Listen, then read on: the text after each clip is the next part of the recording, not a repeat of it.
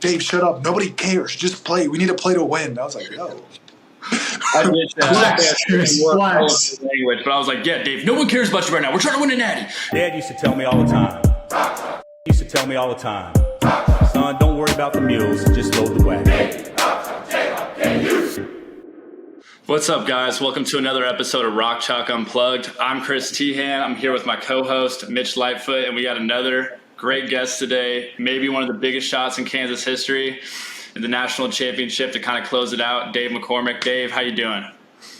What's up? I'm great, man. I'm happy to be back. I'm stateside. Currently working out, but it feels good to be back.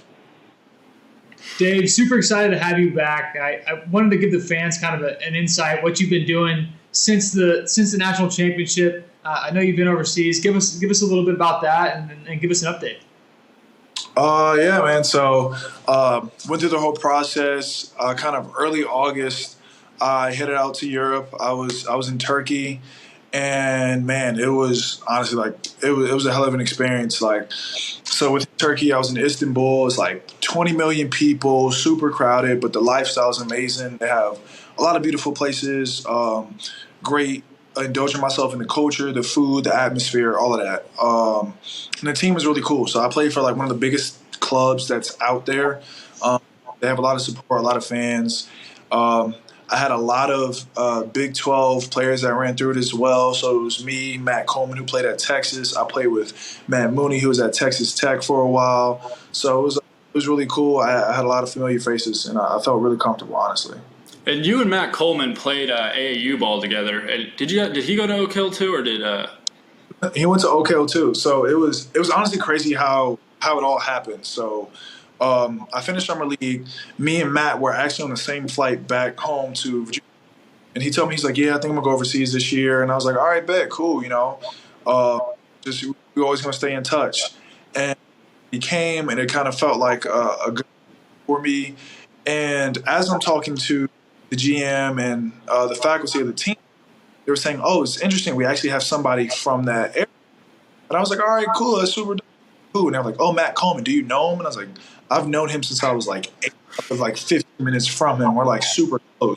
And I was like, oh, great. This is amazing. You'll feel comfortable. All of that good stuff. Then we started talking some more, just going over little logistics. And he was kind of giving me references to players to talk to from previous years.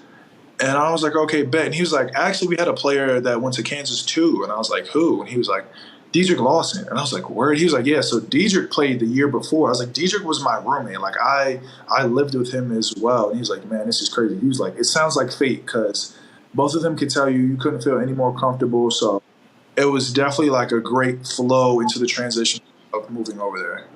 What's your next step? What are you looking to do next year? What about next year? So right now, I'm in Atlanta. I'm doing some training. Actually, just for a little bit towards the end of the week, I think I'm heading out to Milwaukee for a training camp to do out there. All goes well. We're still going to see how things go into summer league. And then I have options overseas as well. So it's depending whether I want to stay stateside or go overseas again. Y'all know I'm big on family. Is that options overseas? Is that in Turkey again, or is that all over Europe or over there? It's kind of all over. Spots here and there. Germany, France, Israel is another place. Those are the ones that just kind of come to mind. So it's all great locations. All I'm always big into traveling and seeing new things. So I think that lifestyle, as well as playing basketball, which is my passion, is a great option as well. So when you're going through the draft process, you obviously played in summer league last year, went through the whole draft process. When did you kind of decide that overseas was the right call? I know you're a man of culture. You had a good time. I saw your Snapchat stories traveling around by yourself or whatever. Was that a key motivator, or was it just kind of you just, I don't know. What was that decision? What was the thought process through that? Honestly, it was kind of a super last minute decision. So I went through the whole summer league process, like you said, and everything. Then afterwards, I kind of reflected, and I was I was really just hell bent on I'm staying in the States. I know I'll do whatever to be over here and do what I want to do.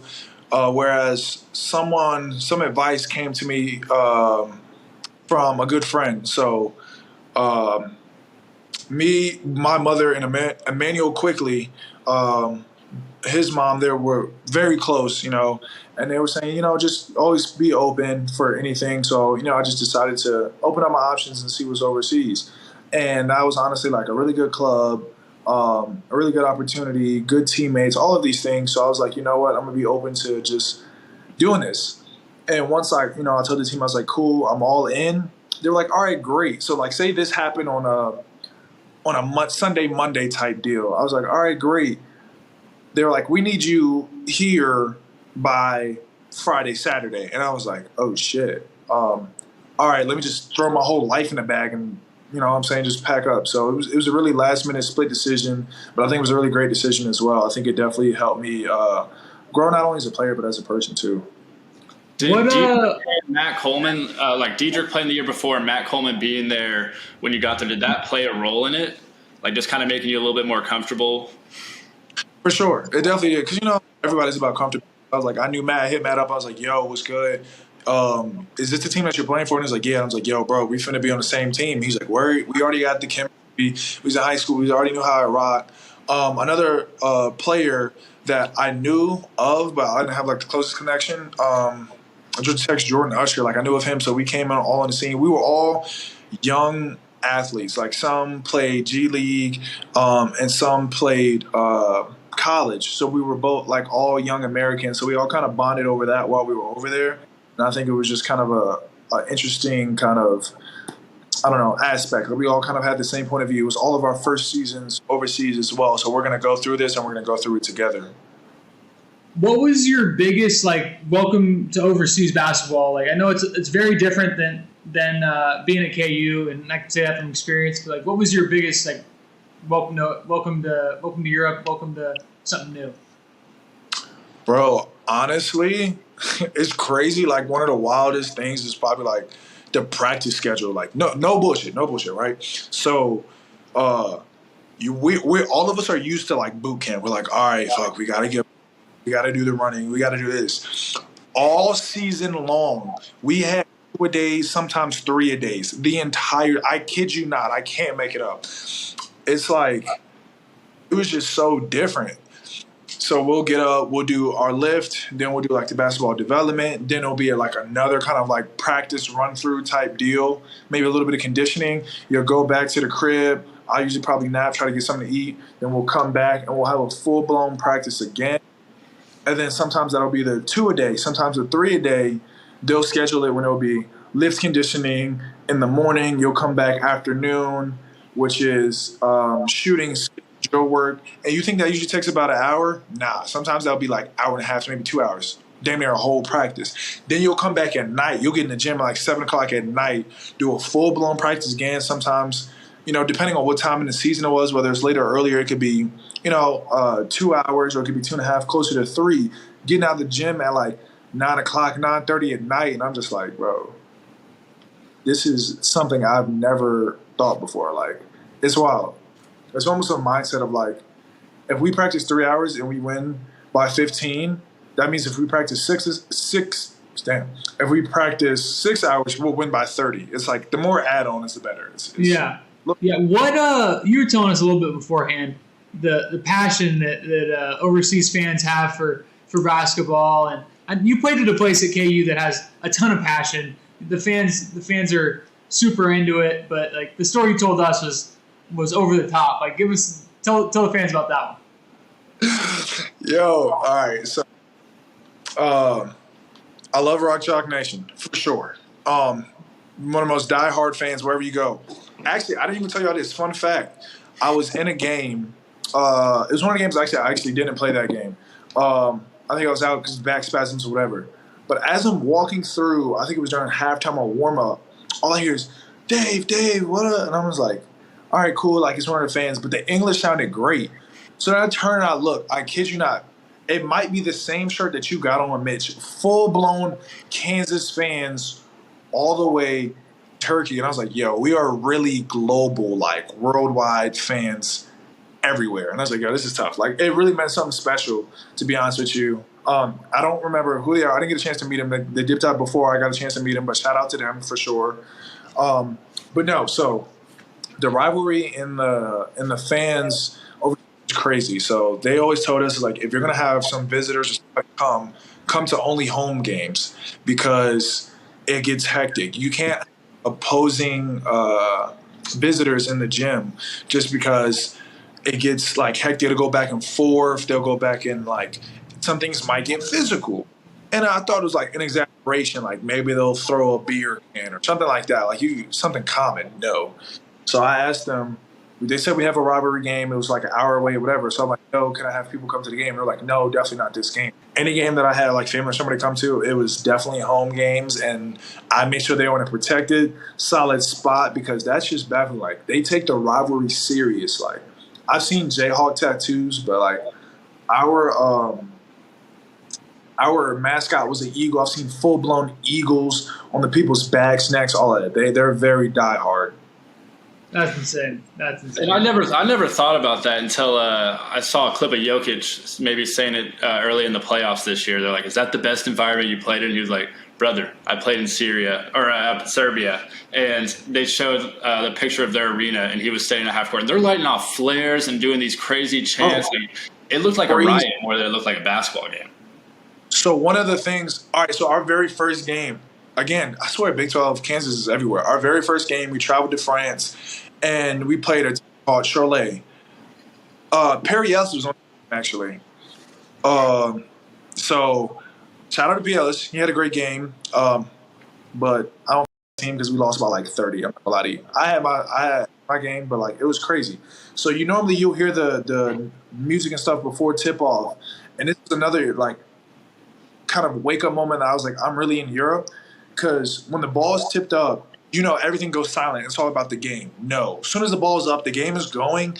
The band is still banging drums. They're still making loud whistles. They're still doing like everything, and I'm like, yo, this is not gonna stop.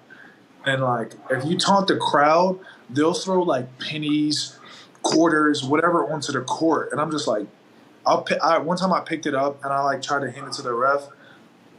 And I was like, are you going to do anything about this? And he was like, yeah, nah, just go ahead and throw it off to the side. He's like, this is normal. And I was like, oh, all right, well, I'll just keep it pushing. But it was definitely a big introduction. But I do love the crowd and love the energy. The thing for me that I like being in Germany was there's kids, like little kids that come to the game. Like families bring their kids and their friends and stuff to games.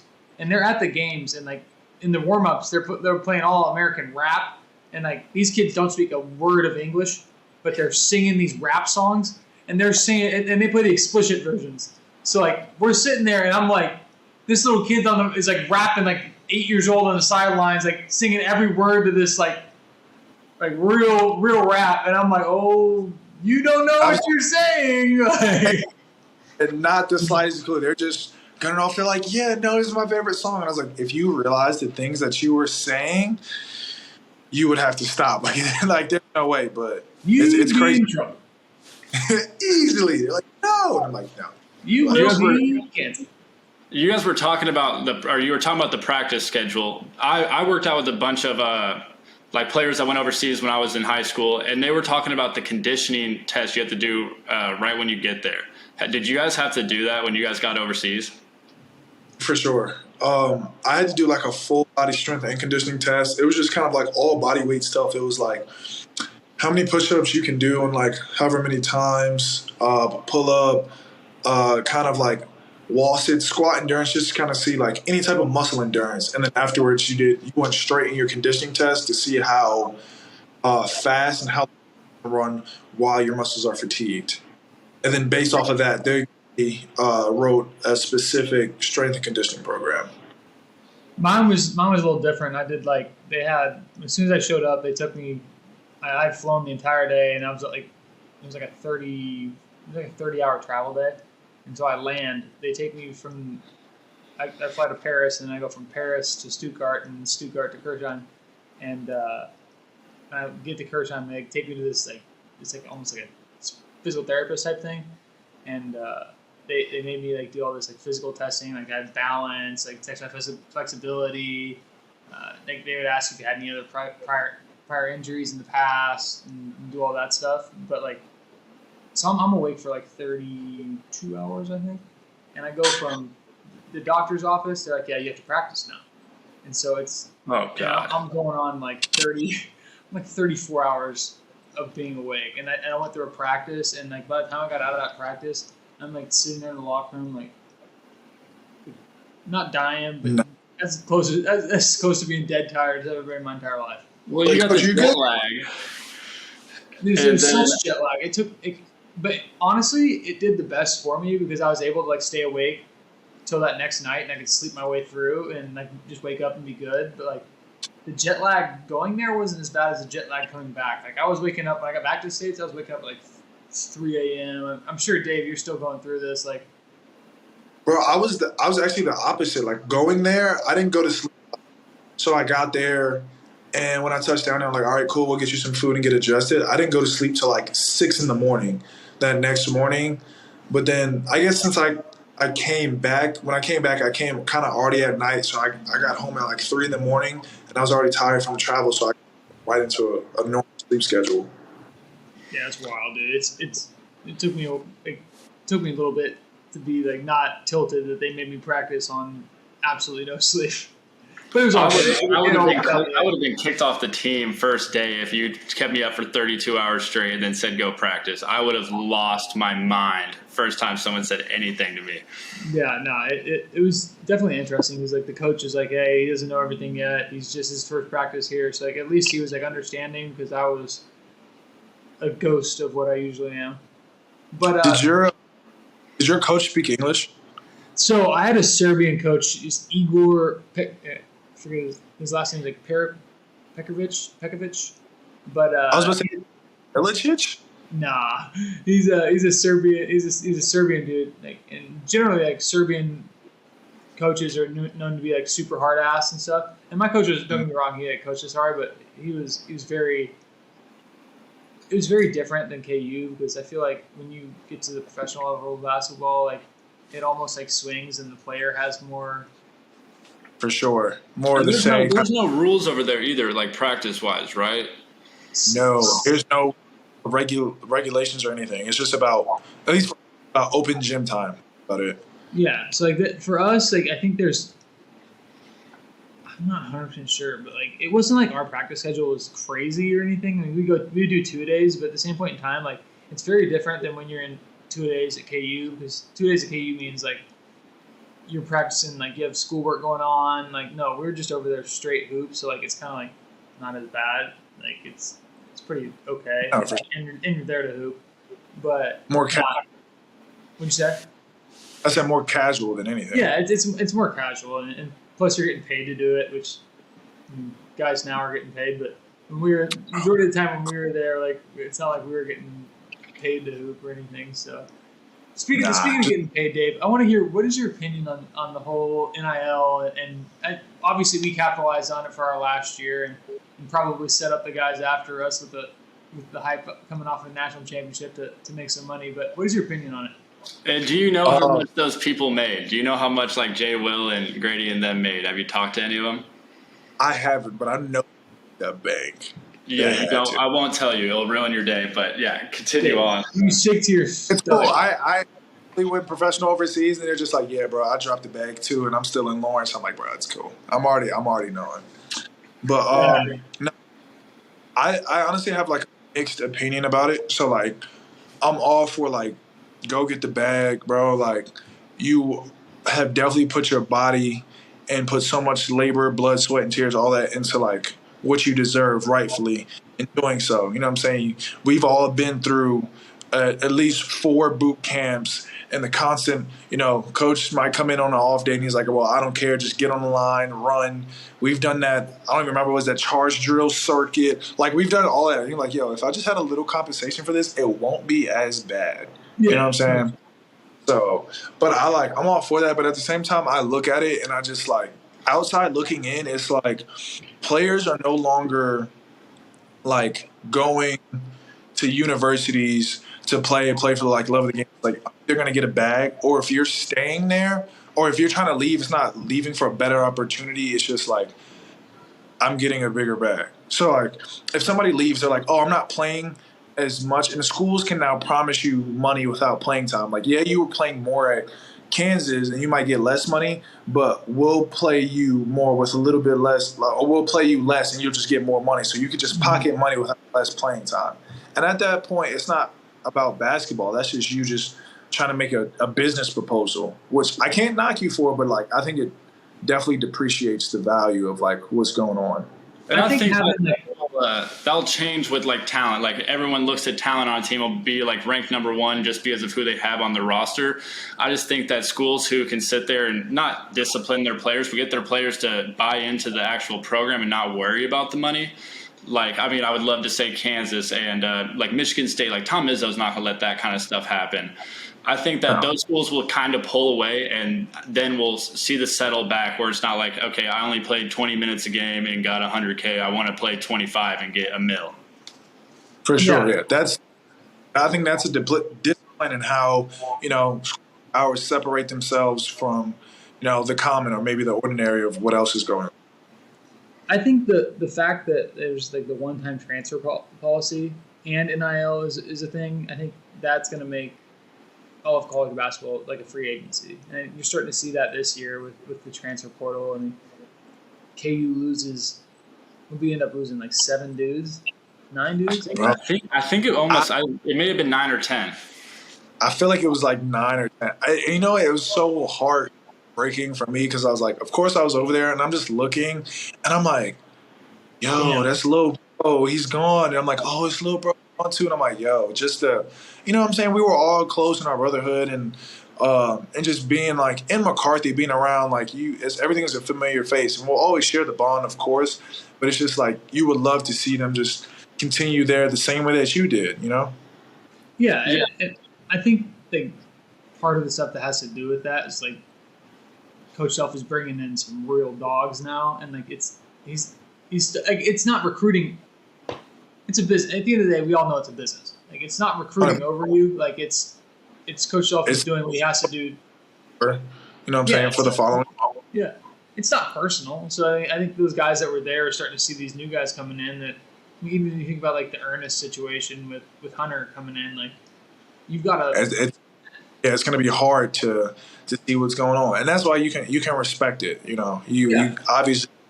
Hunter's a great player. Then we have great young talent coming in, like athletic wings. Then we have great transfers coming in. I really don't know everybody's name, but I know we had the young guy at McDonald's All-American. We had the Texas transfer from Texas, who was a great wing. We got the transfer from Townsend that was coming in. Then we already got the people that we had before. We got KJ, who was strong, athletic, and doing what he was doing. I think he had Most Improved Player of the Year, did he not? Oh, yeah. He was by far. I mean, you were there last year. You were there with us your senior year, and then watching him last year. I don't know how many games you watched. Dude, he 1,000 times better. Major. That's the thing with being overseas. Go ahead. I was just a Defensive Player of the Year, right? Juan did, yeah. I was supposed to have bro, it's just like we've already got great, like, solidified pillars. We got great pillars on the team now, and now we're just continuously, like, adding to it. And all it is now is just finding the chemistry in this, this grace period of summer. And if you find that chemistry early on, everything else is smooth sailing. Like, we all know that.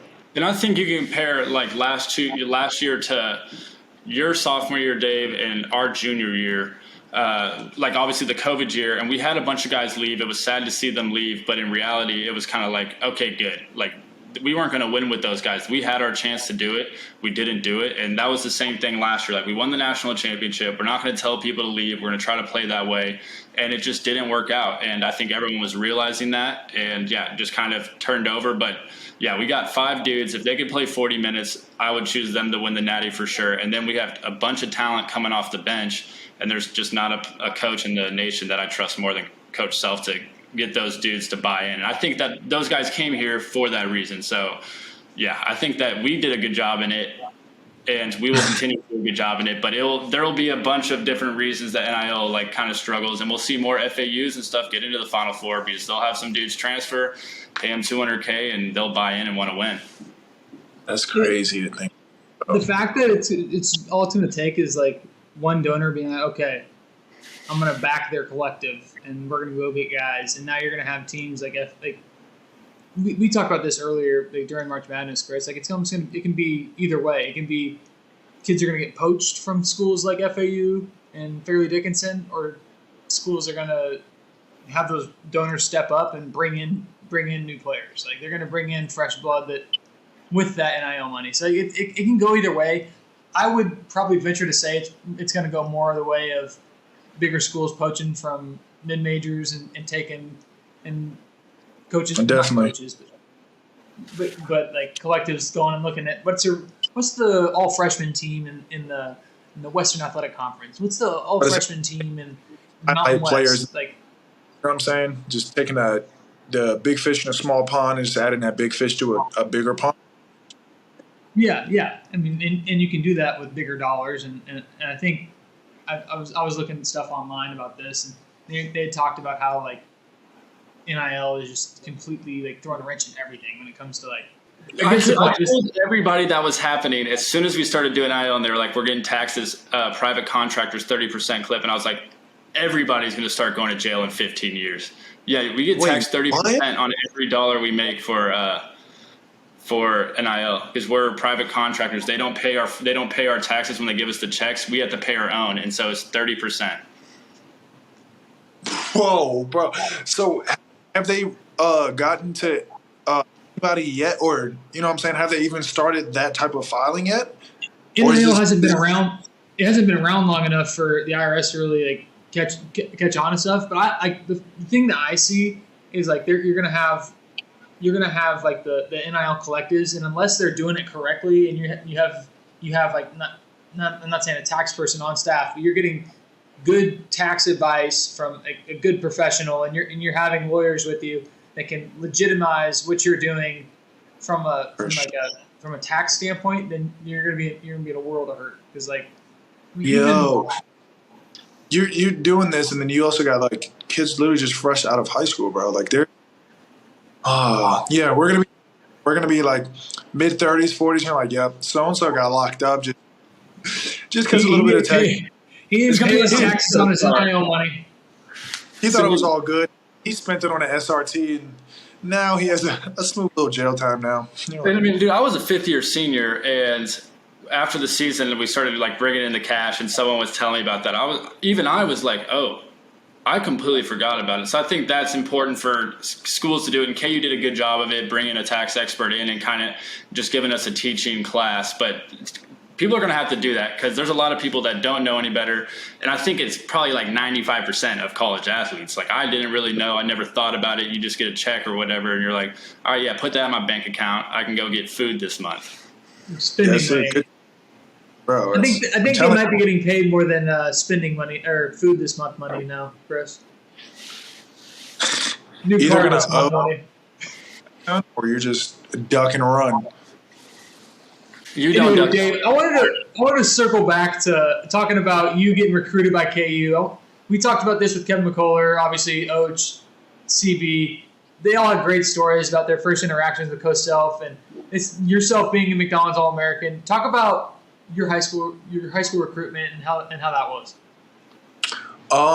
So it was really amazing. So one of the things I always remember, just to start off my college recruitment, is I remember my very first offer, right? So my very first offer came from ODU, and I remember telling my mom about that, and she was just like, she didn't understand what an offer was, just because like I'm probably the biggest athlete in my family and probably taking it the furthest. And I told her, I was like, yeah, no, it's offering. Oh, so what does that mean? I was like, I get to go to college and keep playing sports and they're covering it. And she's just like, what? So she immediately like starts bawling, like can't believe it. And she's just hysterical. She's super happy. And then, you know, it keeps going and rolling in. And it was just a wild experience throughout the whole journey, right?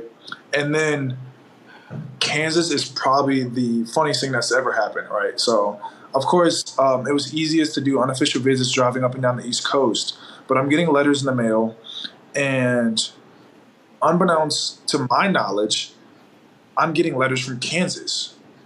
And then in my recruitment process, mom and my aunt both helped me through the process. During this time, they're taking the Kansas letters and like hiding them. They're like either putting them in the closet, putting them in the filing drawer, might put some in the trash. Like I had no clue that I had any type of interest from Kansas whatsoever. So it's never been a thing to me. I'm like, all right, cool. So once that date passes, I don't know what date it is, like sometime in June where coaches can start to call you directly versus going through, somewhere else or something like that, right? I get a call from Coach Howard, right? And he was just like, yo, what's up, blah, blah, blah. It's Howard, Staff KU basketball, how you doing, man, blah, blah, blah. So we chop it up real cool, build that relationship. And then I was like, yeah, it's cool. And then one day I was in the middle of class, stepped out of class, phone's going off. And he was like, hey, it was Coach Howard. He was like, hey, I got Coach Self right here. I'm just going to make sure that he wants to call you from his own phone so you guys can have your own conversation. I was like, all right, cool. So I talked to Coach. He was like, hey, it's Coach Self. We enjoyed the conversation. And I was like, all right, no, I appreciate it, Coach. Like, super happy. Hang up the call. So then I get off the call. Immediately, I call Mom. I was like, yeah, I just got off the phone with Kansas. This is great. Like, I just talked to Coach Self or whatever. And she was like, oh, you talked to Kansas? No, had no clue. So we both hang up the phone, right? She asked me, she's like, well, did you get an offer or was he just interested? And I was like, yeah, actually, I don't know. I was like, I need to call him back. Like, I was still confused. I called him. My mom calls my aunt. She was like, did you tell him about Kansas? I didn't tell him about Kansas. Like, how did he find out? How did this work out? So I called Coach. He told me it's an offer. I called him back, and they were like, yeah, I had no clue. When I come back home, they take out, like, the fattest stack of, like, Kansas letters and things. And I was like, oh, so you guys were just jipping me the whole time. You didn't show me any of these letters. They're like, yeah, Kansas was too far to go there. Look where I end up with a Natty, with Big 12 rings, all because you wanted a hot. So I think it was one of the wildest stories for sure. Your mom played a huge role in your life. I mean, obviously, but you guys have a special connection. What did the coaches and staff have to do to convince her to pretty much allow you to come down here? It was a lot of convincing. Like you said, me and my mom are real close. I'm the baby child, and for some reason, a lot of people thought I wasn't going to go far from home. So, they took a visit. They came and visited me at my house, met the family, grandmother, all of that. So they were very wholesome, and they were very, appreciative of the family ties that we had. And they reassured her that, your son, your baby boy is going to be in great hands. We'll treat him just like family as well. We'll make sure we're going to develop him into a great player and into a great man as well. And she just I feel very comfortable with this. She let him, of course it was my decision ultimately, but I felt comfortable with Coach as well. And we felt that, this is the best place for me. And, rest is history, honestly. But so did your mom say anything out of pocket to them? Because I know my mom, when KU was recruiting Connor, and Connor was like, hey, I'll come to Kansas. My mom looked Coach Self right in the eyes and said, if anything happens to my son, I will come here and kill you. Swear to God, said it right to him in the meeting, and then said it as a joke in my meeting. I didn't know about it at the time, and I looked at her like, what are you saying? You're about to get this taken away from me. Wow, Mom, you're gonna lose my opportunity. Sure. No, I can believe it. My mama had during my AAU times, my mom had the story arc of being the mama bear. She was like, nobody's going to mess with my child or whatever. Nobody's going to take advantage of him type deal. And she's not big into sports at all. She's only into basketball and everything because I was into it. So I think mentioning meeting Coach Self and stuff, she was just I think they were talking or something like that. She talked to Coach Howard. She knew him. And then she talked to herself. He's like, hey, it's Coach Self or something. And I think, I can't quote me on it, I think she picked up the phone. She was like, all right, cool. Who are you? She just unfazed. All right. Yeah. That's nothing. I'm like, you realize that this is a Hall of Fame coach and coach of a place where essentially basketball kind of started. And what is he going to do for you? And I'm like, a lot. he can help me out a lot. But I'm just like, all right, fine. Like, I'm like, wow, you are really unfazed. But yeah, she didn't say anything out of pocket. She was just really unfazed by, honestly, like anything. She was like, okay, cool, national title. Like, what does that mean? I'm like, it's one of the hardest things to get in college basketball. It's the pinnacle of college basketball. And she was like, okay. I'm like, all right, well, Whatever. My mother says hi, by the way, Dave. She made me say that in here, slip it in here. I forgot to do it before. Perfect. Hey. Dave, I want to talk a little bit about your past. Maybe you don't know this, but you were big on football. Like you had big college football offers. Tell us about that. Tell us about your experience choosing between basketball and football. I was big on football, and I was just big in general. I think that's why I was. You're a big boy. That was definitely it. So in my football career, right, I played predominantly I played offensive tackle and defensive tackle. Sometimes defensive end, but mostly defensive tackle, right? Left or right tackle for offense? I was left tackle. Blindside, yeah. That's a big money position. That's a big money position right there, Dave. Hey, it was right there. Quick punch, little shuffle. I was right there. At that time, I was like 6'5", 320, maybe 330 at that time. So yeah, it was prime football build, bro. And I enjoyed it too. Like I remember and I was still playing basketball time. I wasn't only football, so I really liked it. I enjoyed it. I had a basketball tournament in I want to say it was either South Carolina or Florida, and out there, and it was super cool. You can even ask like the OKO people and stuff like that.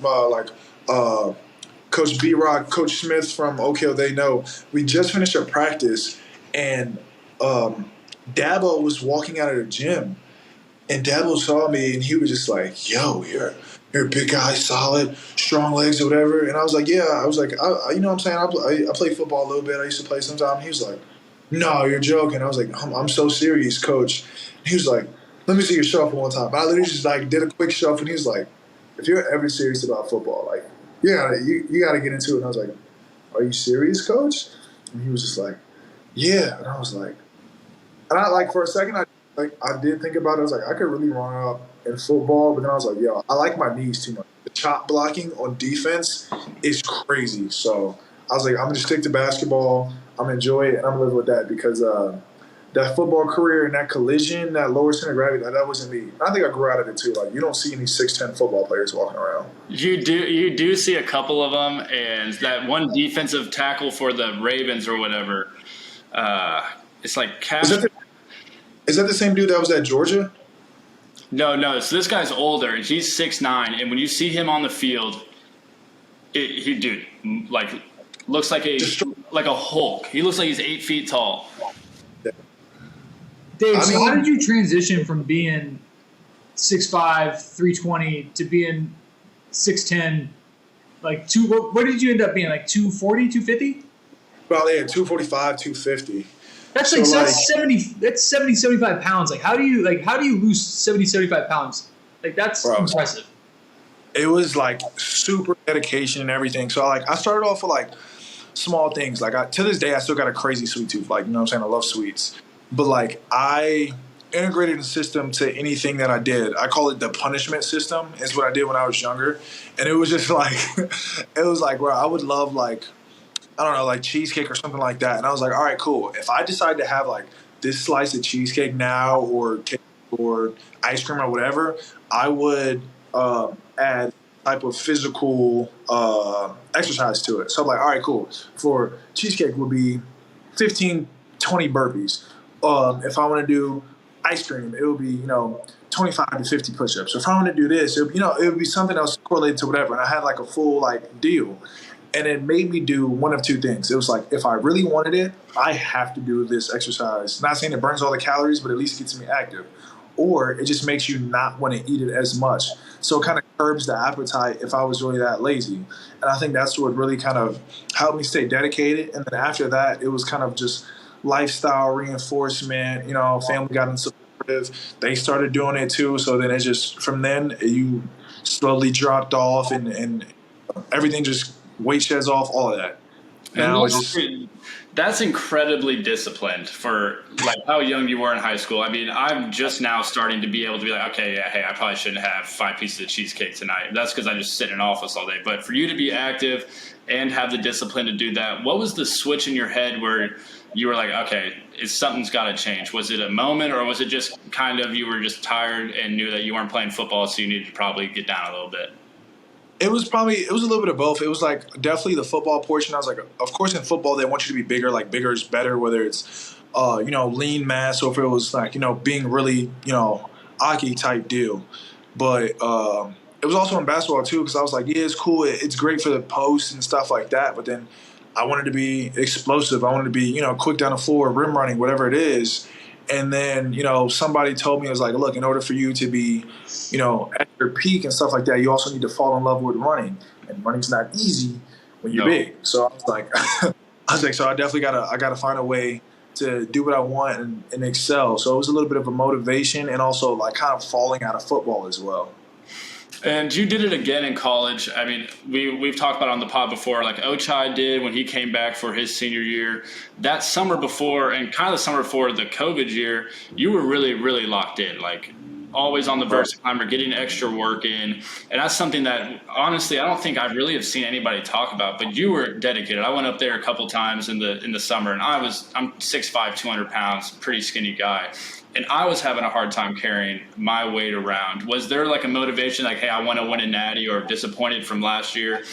Or was it just like, hey, I want to get out of here and need to play better? No, for sure. It was definitely both of them. During that COVID year, I had an opportunity I went to St. Louis, and I was doing training out there actually. And during that time, I was just trying to get better as best as possible, and I wanted to be the best player, best of me as well. So then as soon as we had the opportunity to go, I hit Rams. I'm like, yo, Rams, I'm full send, all in, like what needs to be done. So I'm waking up. You can ask Jaden. I'm like, yo, I'm texting him every morning like, yo, we're up 7:30, 7:45 a.m. We're getting up. We're doing shooting, all types of skill and drill, ended with conditioning, come back. Then I'll Rams. I'm like, yo, Ram, we need to do some extra versa climber, lifting with you guys. Then we're back on the court. Then back that night if I want to do something else. But I was like super dedicated, and it really helped. Honestly, beginning of my junior season was a little rough. Prevailed towards the end, and I was feeling really great. But then, of course, it's all about sustaining the body, and I had the whole ordeal with my foot. But then came back senior year, even better. Got a ring out of it, so I'm not mad about it. You're talking about you're obviously keeping your body right, and you went through a lot of stuff in terms of your health during your time at KU.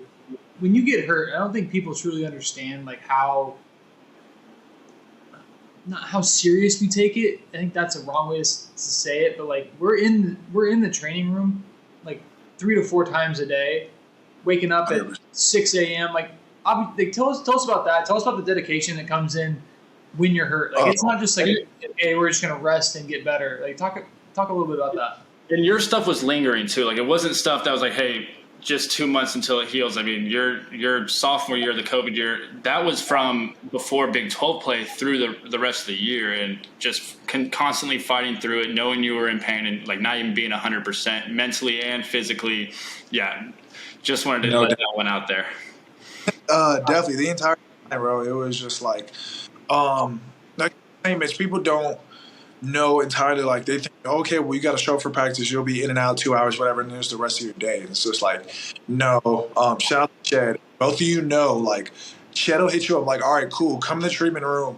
6:30 a.m. practice is not till like 4. Yeah. So definitely get in. And he was like, all right, cool. So we're gonna do like 3 treatments today. So I'll come in, be in there like from 7 to 8:30, go to class, come back, then from 12 to 1, then I'll come back and I'll be right in there right before lift. And he's like, all right, you good? And I'm like, yeah, fine, it's okay. And he was like, all right, well, after practice, to double down and make sure their recovery on the back end is also good. So it's not just, everything before practice is after practice being recovery. And this was on a daily basis. It's not just once or twice a week. This is essentially every day. This is on the road. This is everything that goes into it. And then, a lot of people are like, okay, well, maybe you could be pampering it. Because at the same time, no player just wants to sit out. I'll tell Chad, and I'm like, yo, look, I'm good. I'm fine. Let me just go ahead and push through. And he was like, no, you have to, it's all about load management doing it. We'd rather have you for game day than for this day or whatever it is. Because, like I said, nobody wants to sit out. So it's just being smart as an athlete as well. But it was definitely not an easy thing to do. Yeah, Chris, I wanted to ask him a question about. I want to ask him a question about social media stuff. The new day and age of college athletes, we see social media, we see what people say about us. I think the both of us. Everybody that really goes through being scrutinized at the highest level. You're going to have a lot of negativity floating around out there. How did you balance that, and how did you use that to fuel your fire, and ultimately end up making one of the biggest shots in Kansas history? Talk about.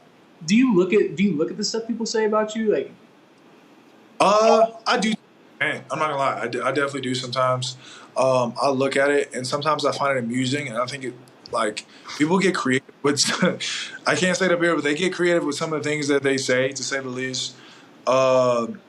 But at the same time, it definitely adds fuel to the fire as far as what I want to do, because I've always been a big person of I want to prove these people wrong. So the more people that say it, it's just all right, cool. I want those same people with that same energy when I flip the script, and they better come correct afterwards, right? Mm-hmm. But it's just more of I'll read it, but not let it affect me. I'm gonna apply it to something else. So if they'll say, well, what's going on with McCormack?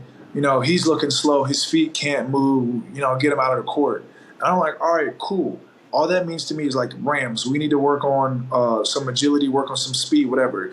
Honestly, in that time, you're helping me out become a better player, if that's what you're saying. Whatever criticism you're taking is, who knows, a scout may say the same thing. But my end philosophy is, if you don't affect my career, you don't make decisions of whether I play or not, what team I'm going to or not, or if I can touch, how many touches I get. So unless you're a teammate, a coach, scout / GM, whatever, one of those, you don't really affect me because you don't really got an input in my life. I might find it amusing, but at the end of the day, your opinion is your opinion. Everybody has they're like armpits. Everybody has them. Some of them stink, is what I've always told. So, I just live by that. Yeah. And yours was historically bad. You got the brunt of it. And, did the injury the year before, because, hey, you were literally probably at 75% the whole year before, and that has to be incredibly frustrating. And then it gets into your mental when you start a game off slow or anything like that. Did you building up your mental, strength, capacity, and just kind of trying to stay consistent, did that help you the next year when people were just, you got it pretty bad where I would look through Twitter and be pissed off, wanting to get a burner, tweeting back, be like, bro, you guys need to chill out. People have no idea what they're talking about. Honestly, it definitely helped me become more mentally strong. I have a great mental fortitude because of them. So again, it's something I benefit from. I take it with a grain of salt, but I think it definitely helped me prepare for the season because, like you said, I took it for us, and I was just like, look, it is what it is. It's whatever. I'm gonna move on to the next game. And then if you go back and look at interviews, each time I say once I really shut out the noise, I just play with a free mind and I play with a free heart. Of everything else, stop trying to do so much and be so amped up and just relax. That's when everything really started following through. And I'm thankful really because it really showed up in the biggest games for me. Somebody had to point out for me, I didn't realize it was when the Big 12 title was on the line, Big 12 tournament. I think it was the Final Four and then championship. They were there was when the most pressure's on, when I felt the most relaxed. I tell anybody during that halftime championship game, I don't know if either of you saw me, but I remember looking at Kyle, and I'm sitting there just I know coach is going off, but I was sitting there laughing. I was like, bro, I know we're down 15 in the biggest game of our lives, but I was like, we're not going to do something. Like, this is just funny. Like, I just felt so relaxed, and I think that's what really helped me, I guess, spread my poise to the rest of the team. Dave, do you remember at the under 4, like in the first half, and then we go back to the locker room, and you and Oach are just sitting there, like legs back, just like we're cracking jokes, and I was sitting there hot, being like, "Damn, like no one cares at all." And then you guys came out and were so locked in. I was like, "Okay, well maybe I should have been more relaxed." I kind of still feel a little bad about that. I was hot. I don't remember what game it was. I want to say it was the championship game. It was the Final Four. And T, you were just like, I think I came to the bench and I was like, bro, I got fouled. I needed that call. And you were like, Dave, shut up. Nobody cares. Just play. We need to play to win. And I was like, yo. I did language, but I was like, yeah, Dave, no one cares about you right now. We're trying to win a natty. Go out there and try to get us to win or something like that. And I would never, like, I was shaking the whole game. I think my heart rate was at 180 for like 4 days after that, being so stressed. Dave, do you remember prior to the Miami game when you had, I don't know what, remember that happened in shoot around when you got hit in like the neck or something? Yo, when Dylan landed on my head. Dude, and Dave's laying on the ground face down for like, I don't know, you down there for like 10 minutes, dude. The oddest like thing ever. I don't remember what happened. I feel like we were doing, I don't know if we were live, if we were doing Big Little or whatever it was. I remember the ball went up and I like went for a rebound and I tried to like come down. I was like hunched over. And then as I start to look up, I just see like a red jersey Dylan's like falling over me. And I just felt like the full like whip down. And I'm like, yeah, this hurts. I'm not going to move. Like all sharp. And then I get up. It was to make jokes because I'm like, I'm stiff necked. Somebody calls my name and I'm just like, is somebody bro, it was one of the worst feelings ever. Dave walks down to dinner that night because like when it happened, we were all like, dude, Dave's like Dave just broke his neck, dude. Like we are in the.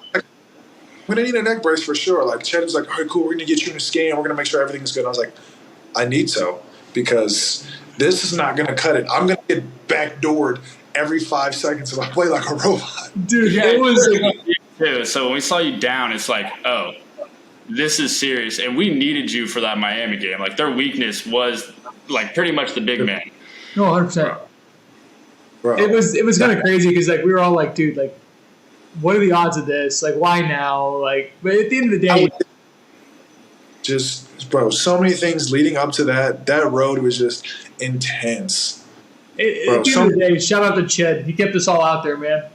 I'm telling you, Ched was a miracle worker. That year especially, we had injuries everywhere. Bro, it was intense. And Ched's cool too, so like we don't really like no one. I mean, obviously you mind going into treatment all day long, but he's cool to talk to. He messes around, shoots the shit. But I think I remember after Dylan landed on Dave, Coach Self hits him with the "You did it on purpose. You did it on purpose," like he does every time someone major gets hurt. He's like, "You did it." Like you could be the most freak thing. You'd be like, he was gunning for him all day long. I knew you did. I knew you were just like, Coach. No. Chris, you're giving me like PTSD flashbacks. Well, James, what do you do? Doke at concussion or whatever? No, when I accidentally landed on Doke. You remember that? Like he was under the hoop and he pump faked for a shot, and like I jumped to go block it, and I landed on him, and Doke's rolling around on the ground holding his head. Every time, why did you do it? It was like, Coach, I would never. No, I knew it. I'm like, I don't think we would do that. I didn't mean to. Like, I was just kind of in the air and was trying to land without hurting myself, Coach. And then he shows you the film, which clearly shows that it's an accident. And he'll be like, see, right there. He looked at him. Right there. You did it. On purpose. When you're flipping over, about to bust yourself, it's key. I see it. Like, Coach, he's on the ground. I'm 8 feet in the air. Like, this is going to hurt me too. Like. So, Dave, Coach Self always told us that if you win a national championship, your life changed forever. I mean, it changed all of our lives. Lawrence was crazy after it, got us all kinds of opportunities, but you hit the biggest shot. How much did it really like change your life? How much has it come? Have you put it into perspective yet and kind of really like it's set in and be like, oh, okay, I made a shot that people my generation will remember to the day they die? Well, and like for first initial couple of months, like afterwards, it never really like sank in initially. It just was like, I shot what we do all the time. Like, this is what we practice. It feels normal.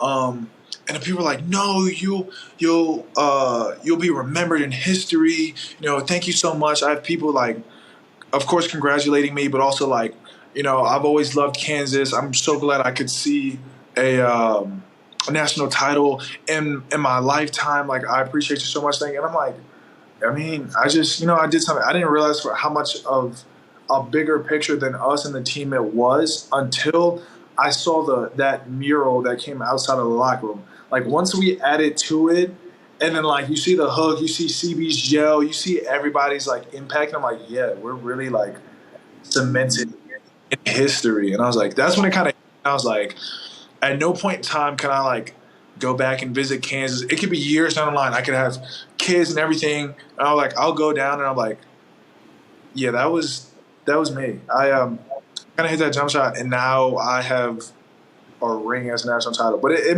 it's still an amazing feeling. It definitely set up a lot of things further on. It helped just networking, connections in general, going overseas. So my Turkish teammates, when I was over in Turkey, telling me that they were up at like 4 o'clock in the morning watching the game, like they saw the same thing. So I was like, it's really impactful. You don't really see or get the feel of it until you really travel abroad and see how the outreach that single game, that single moment has. They got me and Mitch on that mural on the back of the car in a parade, probably a little litty. But, yeah, it was hilarious. But, you even got conversation now that, like, you want to, like, we're going to put you up in the rafters in Allen Fieldhouse because that's how big of that shot was. Rafters, baby. For the whole tournament, like, really – just being a huge part of it, yeah, it's insane. The rafter talk and everything, and yeah, you're going down. People ask me all the time still, being like, have you talked to Dave? When's the last time you saw Dave? How is he doing? Like, is he in the league or just whatever they checked up on you? And it is funny, like, you were not I wouldn't say the most hated, but the most, like, controversial, where people would say stuff about you, turning into being pretty much our savior. It's wild because it took 2 weeks for you to do that. Sure. I would be on blessing, let that be known. But like, yeah, no, it's crazy because I don't know. Since like I was overseas, I've just been so locked in and so focused and always training, always just trying to get better. That like people have tried to check in, like, yo, what's going on? What's going on with this? And I'm just like, honestly, like I'm just kind of going with the flow and keep moving. I was like, yo, we miss you so much, bro. Kansas, you need to come back. You need to stop back. And I'm like, yeah, bro. I when I get a chance, I'm definitely gonna come around. I definitely want to pop back in, to say the least. Like. Lawrence is always home to me, and I'm always appreciative and always so proud to be a Jayhawk. It's just. And I got one more on the Natty because I know from my experience, like, it has not set in. Like, once a month, I'll be driving home from work or whatever, and maybe once every 2 months, and then like the magnitude of we won a national championship hits me, and it's only for like 30, 40 minutes. I'll get tears in the eyes, goosebumps, being like, oh my God, I did it. Is that kind of how it is for you two as well? So I think I told probably only family this, right? So I am just really in disbelief of the shot itself. So everybody talks about, like, Dave had so much poise. He had, like, he knew what was going on. He was just, that's a real professional in making all of these things, right? Jay Will threw me the ball. And you see I took my time and everything. All jokes aside, I had no clue of the clock, bro. I just went straight to I kid you not. Like, I could have easily, like, did a pump fake up and under and got a shot clock violation with no clue. I was just kind of going into my move, and I did it, and everybody was like, yo, that's right on time. He knew what he was doing. No, I was just, like, completely oblivious. And then I look back, and I'm like, I'm so happy I didn't try to do anything extra, because that might have been the worst move, worst play had I tried to spin back up and under or any extra pivot. And I probably would have been the most hated player against basketball. Yeah, no, that was. It's so wild, like how 5 seconds in one made shot can change the entire course of the narrative. Everything, and I'm just like, yeah, it changes so much. Now you're just known as that team, and it's just like, bro, it's really, like you said, life changing, generational changing. Like, I think, I have a child, decided to go to KU. From then on out, they're gonna have that McCormack name. They're gonna be like, "Are you?" And I'm like, "Well, yeah." And it's crazy. That hasn't set in, but it definitely will, of course. Dave, I wanted to ask you one final question before we got out of here. From the last, truly dominant KU big man to the next dominant KU big man, what is your advice to Hunter and as he goes into this next year, and what words of wisdom can you give him?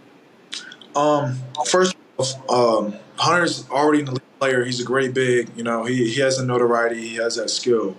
I just say, just be a dog, bro. Just work, and listen. Don't take anything personal. Just listen, because coach is gonna say so many things, and he's gonna throw it. You guys know it's rapid fire. He'll say everything to you, and you're like, but I know this, I know that, I know whatever. And he's already been in one collegiate system. He's going to another. Everything that coach says to you has a purpose. So far down the line, like his, not hindsight, but looking so far into the future, that it's only going to make sense games down the line. Coach is like, look, I'm telling you that if you seal under your man and you seal up the lane, you're like, no, I just want to post up. I want to back him down. It's not until you're like, oh, okay, well, he's been playing me this way the entire time, bro. Just listen to coach. I promise you, he knows the best for you. It's a give and take. And fully committed, fully invested. I promise you it'll pay off. Doing the little things day in and day out. And you did bring up an interesting point where it's like Coach Self will tell you something in August that he'll come back to in March. He'll be like, hey, yeah, we're not doing back to the basket. When somebody does this, you come around and do this and call you. You wouldn't be able to play on a D3 team, get really in your stuff. And then, yeah, we're playing in the Sweet 16. You make a move, make a big shot. He'll come up to you remember in August when I told you to do this or that? It's he thinks of everything. It's not that day. He thinks of it for the Natty or for these big ass teams. Coach told us so many times, he's like, yo, you're going to have to go through something before you become a team. That's when it's really going to happen. That season, I don't care, we're still the most winning program in history. We kind of got dogged out by Kentucky at home.